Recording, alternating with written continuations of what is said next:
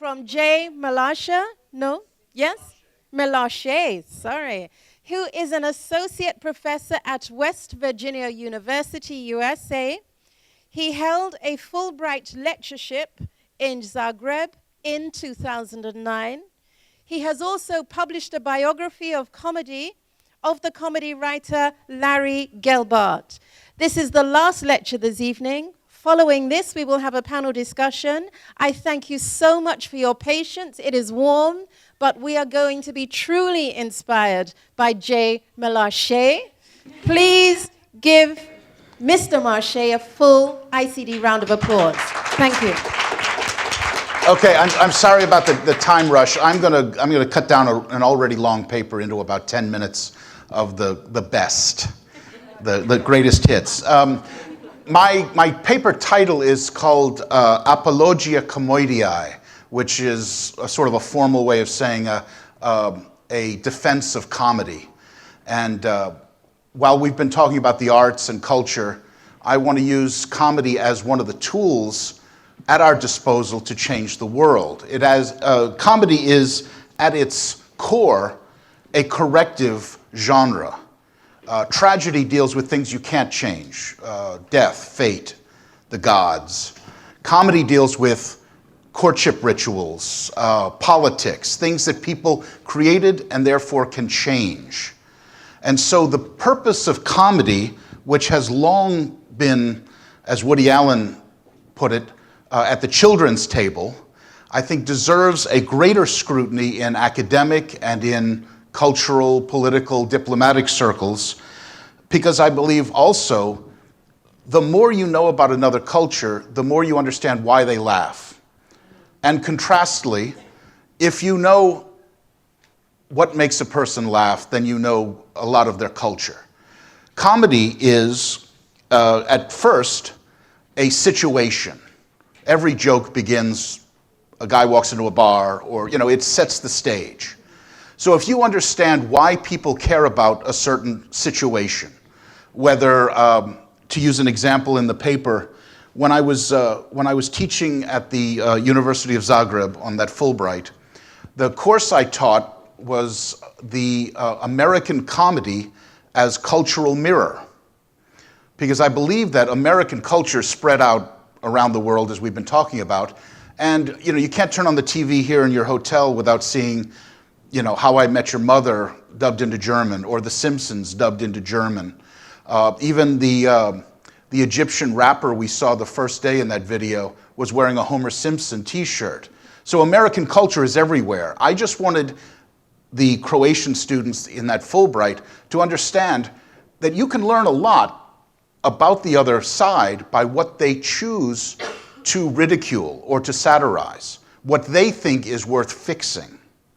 Now you may say The Simpsons, is that really, a serious social activity? And it is. It's satirizing a lot of what Americans take for granted or default to. And it's in many ways it's saying, why don't you wake up and realize that you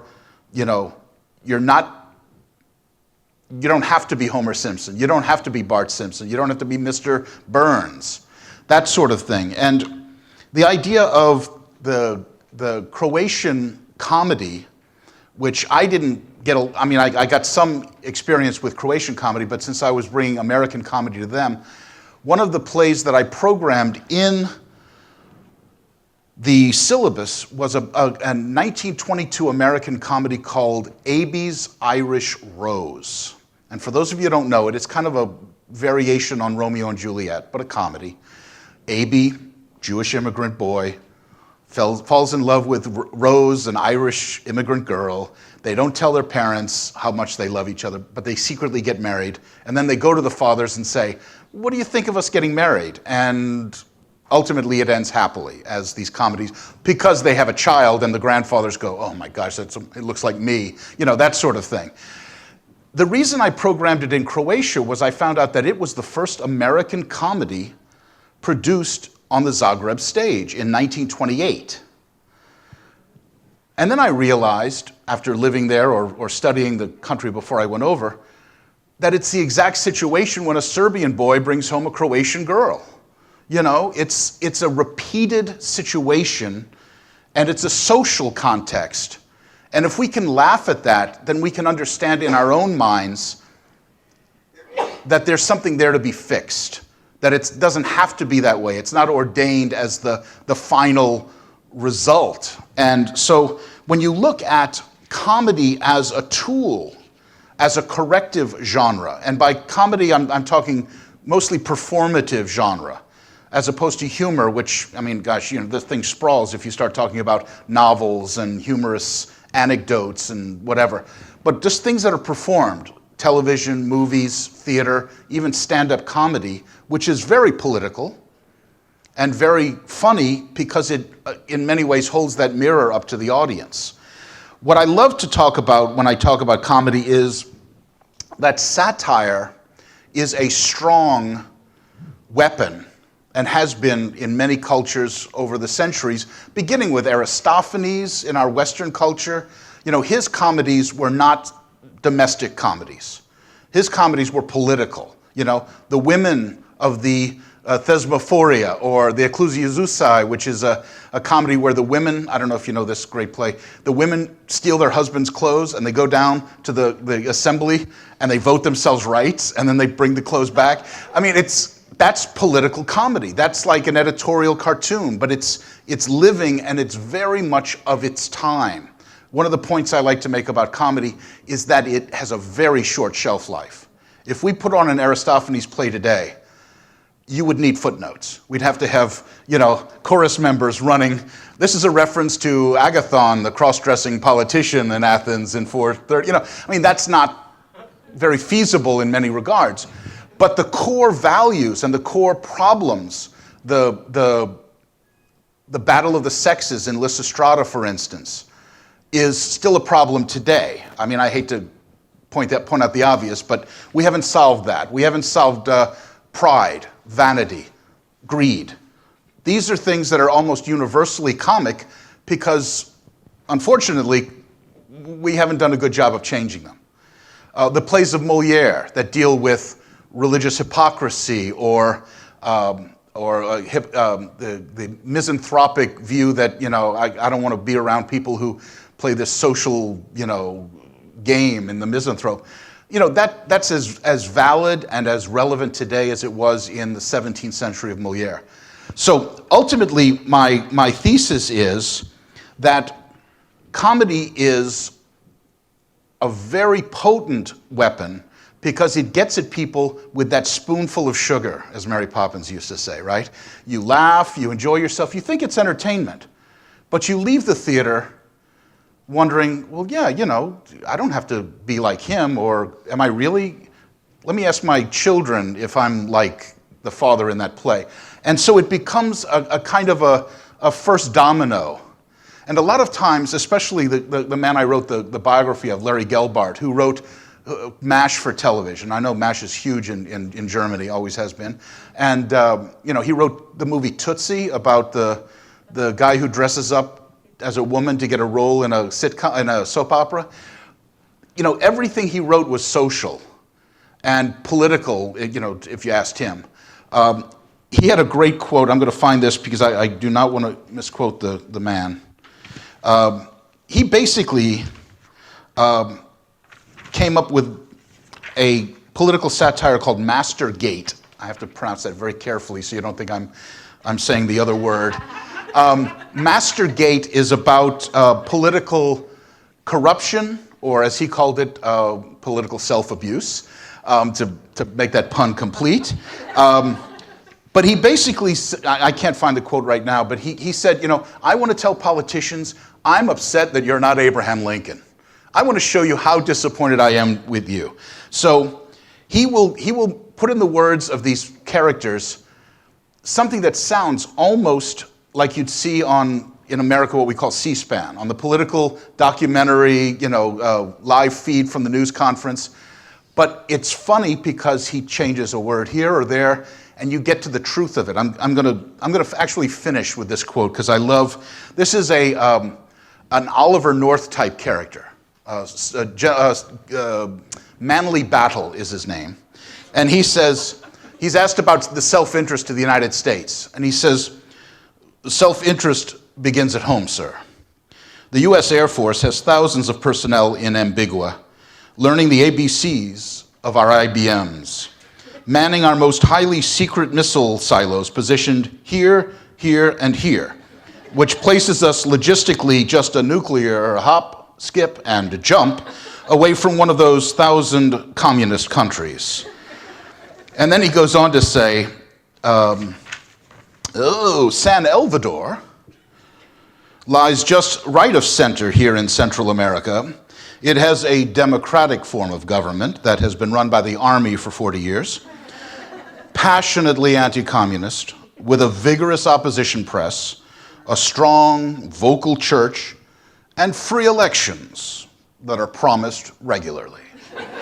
And you're laughing through this because it is just a little bit exaggerated. And that's where the real power comes in. If it were hugely exaggerated, people could dismiss it and say, nobody's like that. But in Larry Gelbart's mouth, or in his characters' mouths, and in really good comedy, the world can get that glimpse of the next phase, the change that is possible. Okay? Thank you very much. I'm going to leave, 5 minutes if you want to ask me a question or two. I love this conference. I'm so sorry I have to, rush through it, and I'm going to step aside here so it looks like question and answer time. One big round of applause. Thank you so much. Yeah. Thank you. My pleasure. Thank you so much. Thank you. Questions? Rosie, you had your hand up. Let me take your question first. Please. You indicated that, of course, it's right that comedy is a cultural mirror of or each and every culture. Do you believe it can bridge between cultures, or, for example, as I think, really, comedy is a cultural thing, and one culture sometimes will not understand the other one? Well, in this sense, if you take the time to learn what they're laughing at, you've learned a lot about them. So there's the bridge. You know the movie with Robert Altman, the new, it's quite new, about that he was sent to Pakistan and India to learn why. Yes. Yeah. Okay. Yeah. Again, it's very interesting. If you understand humanity, the human nature, everybody laughs. That's a common thing. I mean, there's a reputation about the Germans not laughing, but I'll leave that. I mean, it's actually, I don't know how widespread it is, but it's a great, I can always say I'm going to Berlin for a comedy lecture, and they, my students back home were just thrilled with it. Anyway, another question? Yes, 2 questions over here. Let me take this lady first and then you. Thank you. Hi, thank you for coming. Where can we get the lyrics? Is the whole papers downstairs, I think?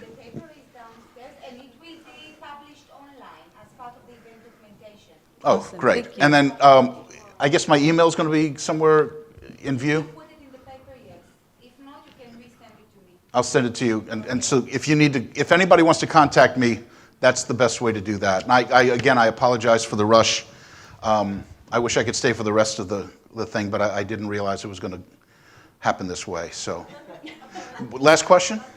It's just kind of more of a comment that Okay. I loved that you said that you really need to understand and learn a culture to understand their humor. I'm planning a school-based intervention in Tanzania right now, and the clinical psychologist I'm working with just did it in Samoa.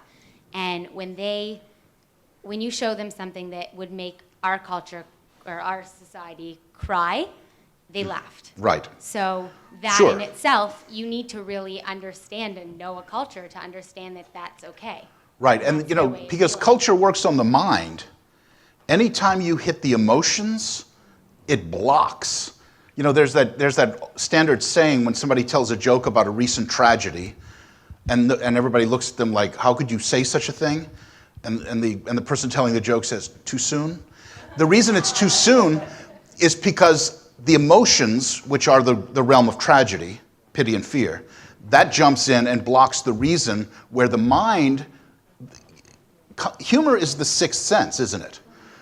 The sense of humor is the sixth sense. So if your mind doesn't get a chance to work on something, you're not going to find the reality of the humor there. So thank you all very much. Sorry. One more last question. I know you have to run. One last question at the back. Loud, Corbett. Before you go, can you tell us a joke? Sure. Here's my favorite guy walks into a bar. Jokes. No, wait, I can't tell that one in a mixed crowd. Okay. Guy goes into a bar, and he makes a bet with the bartender. If I tell you the vintage of your wine, I get the wine free. And the bartender says, well, you could tell me that. He says, sure. Pours him a glass. This is a 1997 Puy Fuissé. He says, man, you're good. He says, I'll be back next week. Same deal? Same deal. Comes back, this is a Mosel Blümchen, 2010. He says, oh. So he keeps giving him harder and harder wine to pick, and every week he knows it. So finally the bartender, out of frustration, goes behind the bar and fills up the glass. And the guy takes a sip and he goes, ugh, this tastes like piss. He says, it is. How old am I? Thank you very much.